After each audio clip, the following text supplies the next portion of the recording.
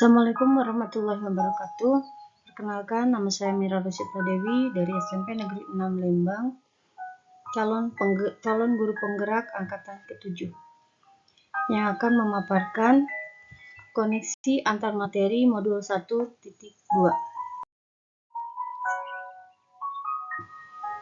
Setelah melalui kegiatan pendidikan guru penggerak dalam pembelajaran modul 1.1 dan 1.2, saya menerapkan hasil pembelajaran modul ini dalam sebuah peristiwa yang membuat saya tertantang.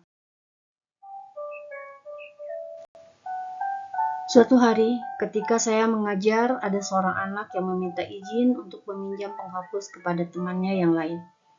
Baru beberapa menit duduk, anak ini kembali lagi meminta izin untuk meminjam penggaris. Pada hari itu juga, lebih dari 2 kali dia keluar dari bangkunya untuk berkeliling. Hal ini membuat saya berpikir, apa yang kurang dalam pengajaran yang saya lakukan, sehingga membuat anak ini tidak bisa diam. Saya coba berdiskusi dengan rekan sejawat yang mengajar anak tersebut, dan hasilnya memang sama. Tugasnya tidak pernah terselesaikan karena kebiasaannya itu. Dari modul 1.1, saya memfokuskan diri untuk menuntun anak tersebut dan mencoba menggali potensi dirinya yang tersembunyi. Dengan mempelajari modul 1.2, saya melakukan nilai reflektif dengan para murid untuk melihat kekurangan saya dalam mengajar agar mendapatkan solusi pada permasalahan ini. Kejadian yang saya alami ini membuat saya merasa belum bisa menjadi guru yang berpihak kepada murid seutuhnya.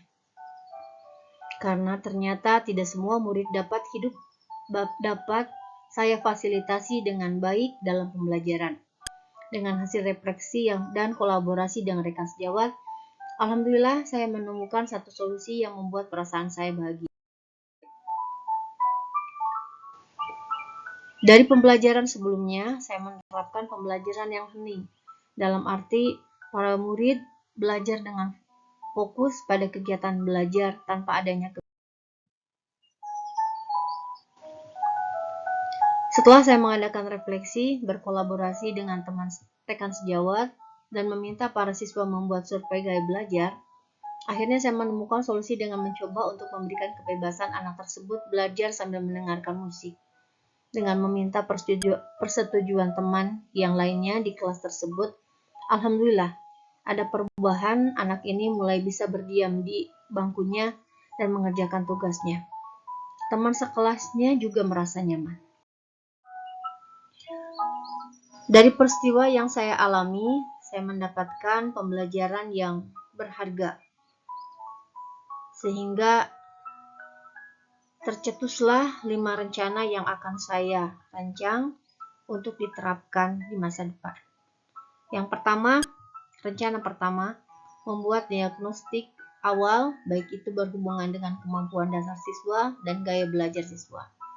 Rencana kedua, merancang kegiatan pembelajaran yang dapat mengakomodir semua gaya belajar siswa, dan juga dengan mengetahui kemampuan dasar siswa, saya dapat memetakan soal-soal latihan. Rencana ketiga, membuat bahan ajar yang lebih inovatif sehingga para murid dapat dalam pembelajaran akan lebih termotivasi, menyenangkan, dan bahagia.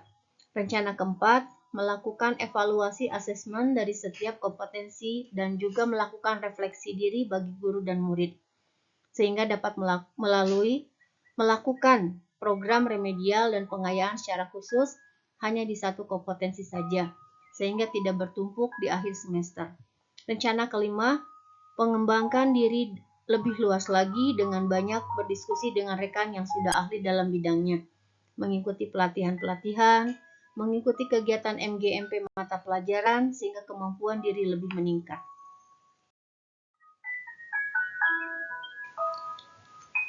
Dari pemaparan koneksi antar materi modul 1.2 dapat disimpulkan, jangan merasa puas dengan kondisi hari ini, tetapi kita harus merasa belum puas agar kita bersemangat terus memperbaiki diri dan terus bergerak untuk lebih maju lagi.